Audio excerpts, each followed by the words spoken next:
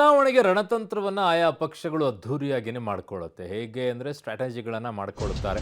ಅದೇ ರೀತಿಯಾಗಿ ಈಗ ಕಾಂಗ್ರೆಸ್ ಕೂಡ ರಣತಂತ್ರವನ್ನು ರೂಪಿಸಿಕೊಳ್ತಾ ಇದೆ. ಮೊದಲ ಹಂತದ ಚುನಾವಣೆಗೆ ಸಿಎಂ ಸಭೆ ಮೇಲೆ ಸಭೆಯನ್ನು ಮಾಡಿದ್ದಾರೆ. 14 ಕ್ಷೇತ್ರದ ನಾಯಕರ ಜೊತೆಗೆ ಮುಖ್ಯಮಂತ್ರಿಗಳು ಉಪಮುಖ್ಯಮಂತ್ರಿಗಳು ಸಭೆ ಮಾಡಿದ್ದಾರೆ.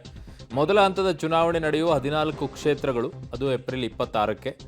ಸಚಿವರು ಶಾಸಕರು ಅಭ್ಯರ್ಥಿಗಳಿಗೆ ಸಿಎಂ ಡಿಸಿಎಂ ತಾಕೀತು ಮಾಡಿದ್ದಾರೆ. ಎಲ್ಲ ನಾಯಕರನ್ನು ಒಟ್ಟಿಗೆ ತೆಗೆದುಕೊಂಡು ಹೋಗಿ ಗ್ಯಾರಂಟಿ ಮತ್ತು ಸರ್ಕಾರದ ಸಾಧನೆಗಳನ್ನು ಜನರಿಗೆ ಮುಟ್ಟಿಸಿ, ಸಮಾವೇಶ ಆಯೋಜನೆಯ ವೇಳೆ ಹೆಚ್ಚು ಜನರನ್ನು ತಲುಪಿಸಿ.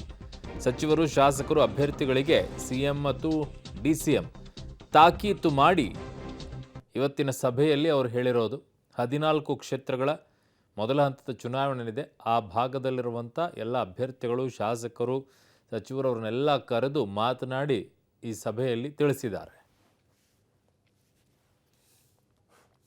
ನನ್ನ ಸಹೋದ್ಯೋಗಿ ಪೊಲಿಟಿಕಲ್ ಬ್ಯೂರೋಯಿಂದ ಸುಖೇಶ್ ನನ್ನ ಸಂಪರ್ಕಕ್ಕೆ ಸಿಗ್ತಾ ಇದ್ದಾರೆ. ಸುಖೇಶ್, ಇವತ್ತಿನ ಸಭೆಯ ಮೂಲ ಅಜೆಂಡಾ 14 ಕ್ಷೇತ್ರಗಳಲ್ಲಿ ಒಗ್ಗಟ್ಟಾಗಿ ಹೋಗು ಅನ್ನೋದು ಅಲ್ವಾ ಸುಖೇಶ್?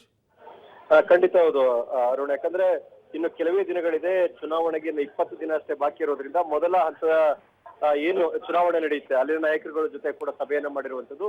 ಆದಷ್ಟು ಒಗ್ಗಟ್ಟನ್ನ ಕಾಯ್ದುಕೊಳ್ಳಿ, ಎಲ್ಲ ನಾಯಕರುಗಳನ್ನ ವಿಶ್ವಾಸಕ್ಕೆ ತೆಗೆದುಕೊಂಡು ಹೋಗಿ ಮತ್ತು ಗ್ಯಾರಂಟಿಗಳನ್ನ ಹೆಚ್ಚು ಪ್ರಚಾರ ಮಾಡಿ, ಆ ಪ್ರಚಾರದ ಮೂಲಕವಾಗಿ ನಾವು ವೋಟನ್ನ ಜಾಸ್ತಿ ಮಾಡ್ಕೊಳ್ಬಹುದು ಮತ್ತು ಗೆಲ್ಲಬಹುದು ಅನ್ನುವಂತಹ ಮಾತನ್ನ ಹೇಳಿರುವಂತದ್ದು. ಗ್ಯಾರಂಟಿಯನ್ನೇ ಹೆಚ್ಚು ಫೋಕಸ್ ಮಾಡೋದ್ರ ಜೊತೆಗೆ ಭಿನ್ನಾಭಿಪ್ರಾಯಗಳನ್ನ ಸರಿಪಡಿಸ್ಕೊಳ್ಬೇಕು.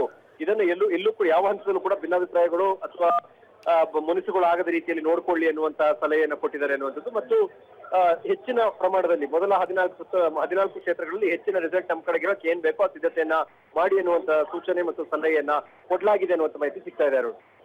ಓಕೆ ಸುಖೇಶ್, ನಿಮ್ಮೆಲ್ಲ ಮಾಹಿತಿಗೆ ಧನ್ಯವಾದಗಳು. ಸೊ ಎಲ್ಲರೂ ಕೂಡ ಒಟ್ಟಾಗಿ ಹೋಗಬೇಕು ಅನ್ನುವಂಥ ಮೆಸೇಜನ್ನು ಇವತ್ತಿನ ಈ ಸಭೆಯಲ್ಲಿ ಕೊಟ್ಟಿರೋದು. ಒಟ್ಟಾಗಿ ತೆಗೆದುಕೊಂಡು ಹೋಗಬೇಕು, ಆ ಜವಾಬ್ದಾರಿ ನಿಮ್ಮದು ಅಂತ ಹೇಳಿ. ಜೊತೆಗೆ ಸರ್ಕಾರದ ಸಾಧನೆಗಳೇನಿದೆ, ಗ್ಯಾರಂಟಿಗಳೇನಿದ್ದಾವೆ, ಇವುಗಳನ್ನು ಜನರಿಗೆ ಮುಟ್ಟಿಸುವಂಥ ಕೆಲಸವನ್ನು ನೀವು ಮಾಡಬೇಕು ಅನ್ನುವಂಥದ್ದನ್ನು ಕೂಡ ಅವರಿಗೆ ತಲುಪಿಸಿದ್ದಾರೆ. ಸಮಾವೇಶ ಆಯೋಜನೆ ವೇಳೆ ಕೂಡ ಹೆಚ್ಚು ಜನರಿಗೆ ಅದನ್ನೆಲ್ಲ ತಲುಪಿಸಬೇಕು ಅಂತ ಮುಖ್ಯಮಂತ್ರಿಗಳು, ಉಪಮುಖ್ಯಮಂತ್ರಿಗಳು ಈ ಮೆಸೇಜನ್ನು ಪಾಸ್ ಮಾಡಿದ್ದಾರೆ.